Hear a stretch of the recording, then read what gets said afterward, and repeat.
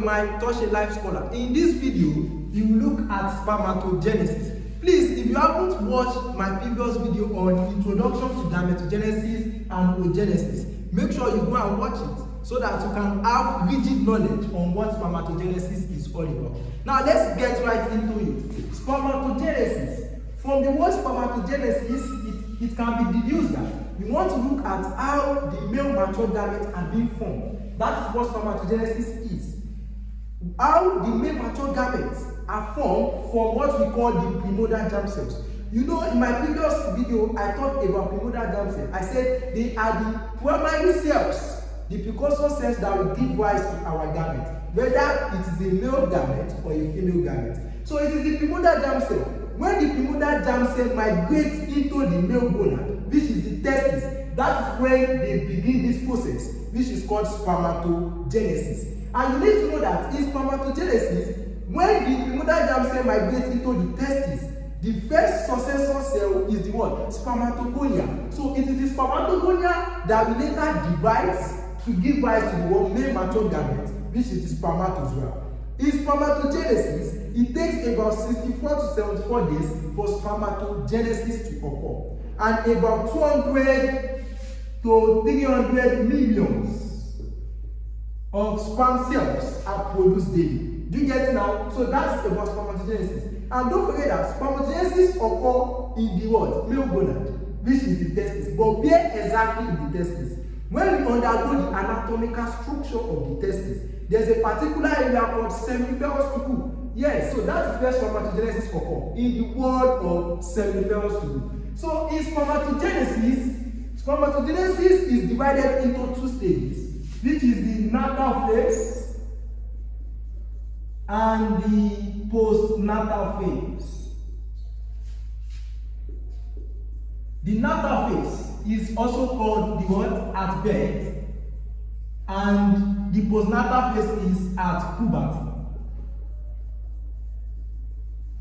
Now, as you can see, the spermatogenesis begins at birth, though it doesn't really begin at birth. Spermatogenesis begins at puberty. I get what I'm saying. At birth, the male child is still preparing for spermatogenesis, not like the female, whereby oogenesis begins before birth. But right here, spermatogenesis begins mostly at puberty. I get what I'm saying now. So we are going to be looking at it. Let's start with the at birth, which is the natal phase. Now, at the natal phase, we all know that the primordial germ cells that is present outside the gonad, which is the yolk sac, they migrate to the what? To the male gonad. And what is the male gonad called? The testis. I get what I'm saying. But the primordial germ cells can be recognized at birth in the sex cord of the testis. Do you get? So within the testis is something like this. I get what I'm saying now. So this is the sex cord of testis. I get what I'm saying now. So the primordial germ cells are present around this region. These are the primordial germ cells. They can be recognized in the sex cord of the testis. Those primordial germ cells are pale cells, and they are surrounded by flat follicular cells. Now look at it now. They are surrounded by what? A flat follicular cells.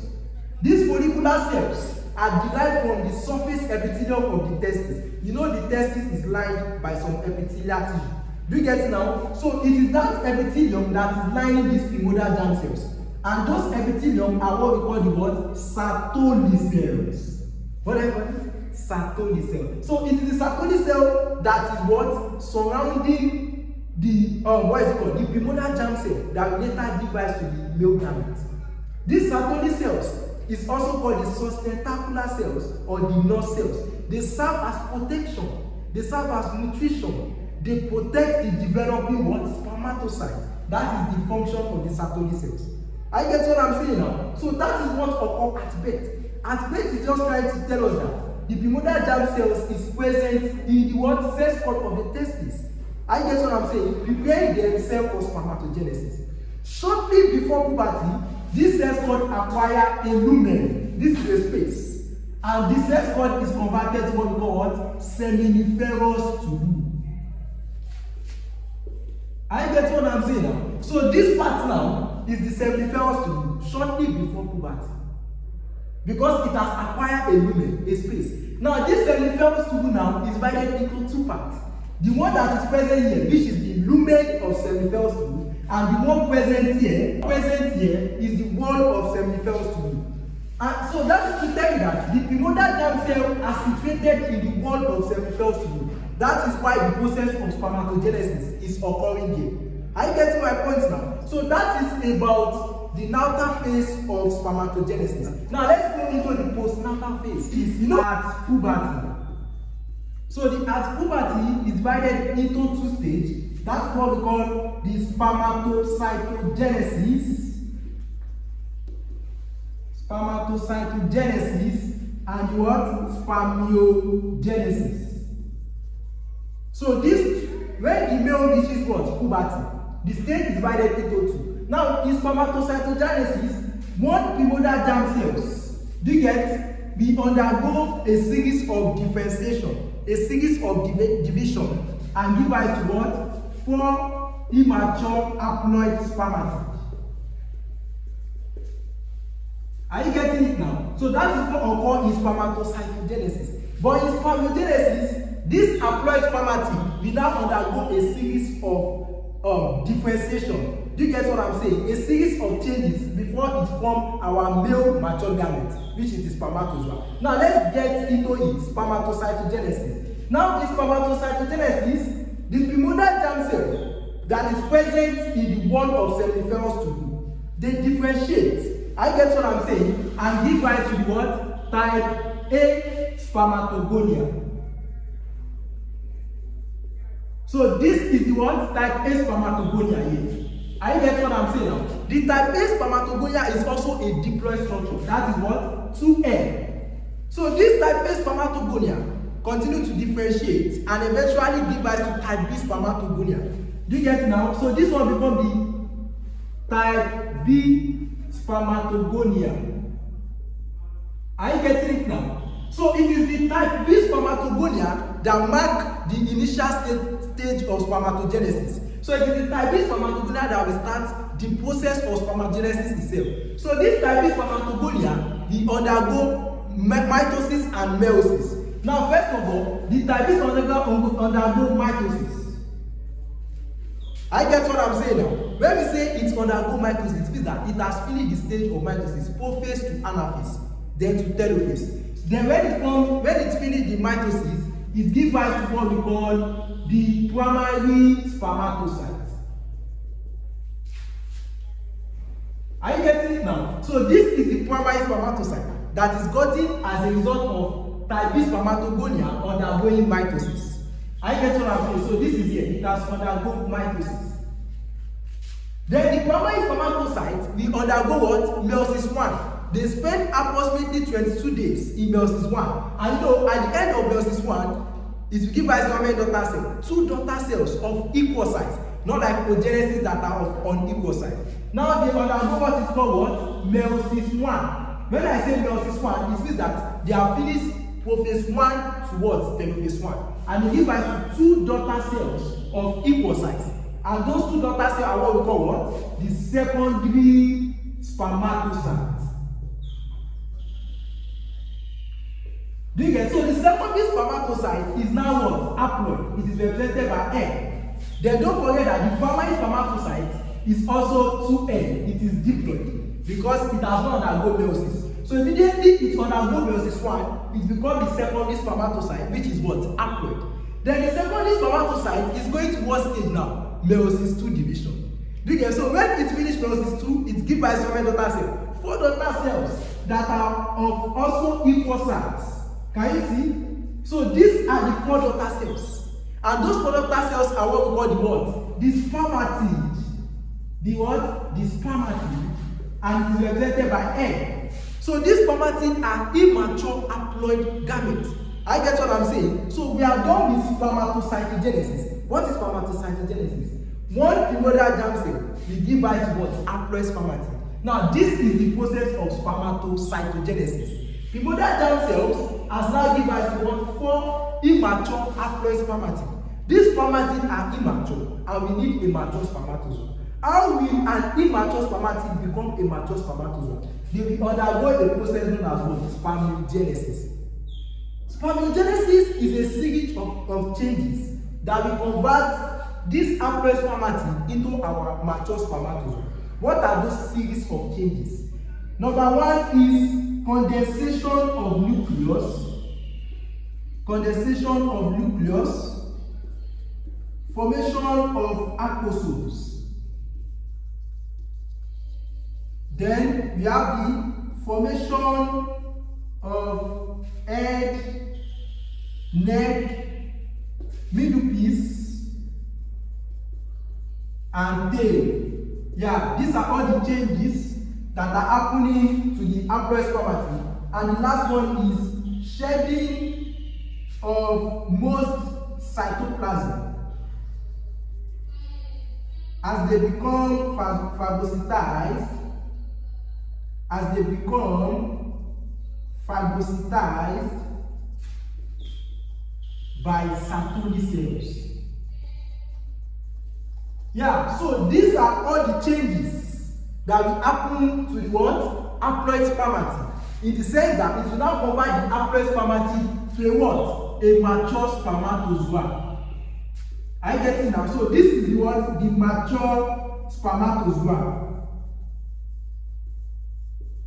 So what gives rise to the mature spermatozoa? The haploid spermatid undergo the process of spermiogenesis. And these are the changes that happen to the what? Haploid spermatid. And they eventually become the what? Mature spermatozoa. So this is the spermatozoa we need in the female genital tract. So it is the mature spermatozoa we need in the female genital tract. Now, if you look at the mature spermatozoa, it has been formed as a result of what? Spermiogenesis. Do you get it now? So let us refer back to this. If you don't forget, we have this is the seminiferous tubule. Is that not true? This is the what? Lumen of the seminiferous tubule. So don't forget that there's still presence of what? Sertoli cells.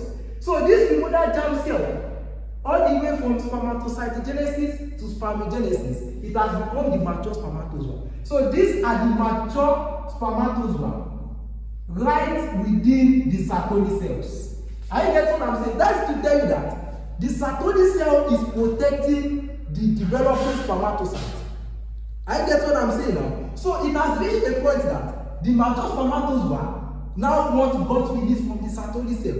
You know, when you are doing the childhood stage, what happens? Your parents will be protecting you, they'll be guiding you. But when you reach the maturity stage, you'll be like, my parents, please, you can't just be guiding me anymore. I think I'm old enough to take my decision. Yeah, so that is what the mature spermatozoa is telling the Sertoli cell. The Sertoli cell is protecting the what? Mature spermatozoa. Now the mature spermatozoa has to got released from the Sertoli cells. So the process at which the mature spermatozoa got released from the Sertoli cell is called what? Spermiation. Spermiation is the process at which the, what is it called? This mature spermatozoa got released from the Sertoli cell. Now they have got released from the Sertoli cells. Are you getting it now? They have got released from the Sertoli cell. So these are the mature spermatozoa right in the wall of seminiferous tubule. The mature spermatozoa that is here cannot move. They are non-motor. Do you get it now? So they have to gain their motility. So the mature spermatozoa that is here, that got released from the Sertoli cell, will pass through and enter into the what? Lumen. Can you see? From the wall, they enter into the lumen.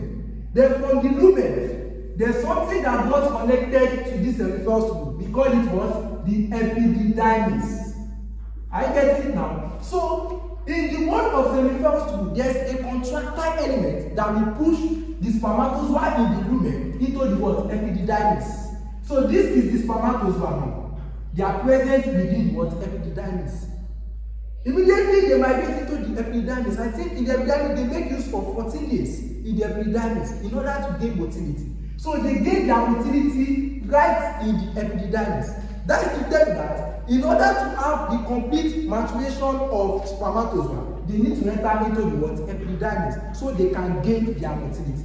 And in the female genital tract, the mature spermatozoa need in the female genital tract has to be motile because they need to move all the way from the vagina into the ampullary region of the uterine tube where they meet with the what ovulated egg for the purpose of what fertilization. Now that is about spermatogenesis. Now we have our mature spermatozoa present in the epididymis. The mature spermatozoa become ejaculated during the process of what? Coitus. So the spermatozoa is temporarily stored in the what? Epididymis until ejaculation. Now we have come to the end of this video. Don't forget that at the end of this video, there's always a practice question. Make sure you check the practice question out because it's going to give you a more detailed explanation. Like and subscribe. It's anterior women.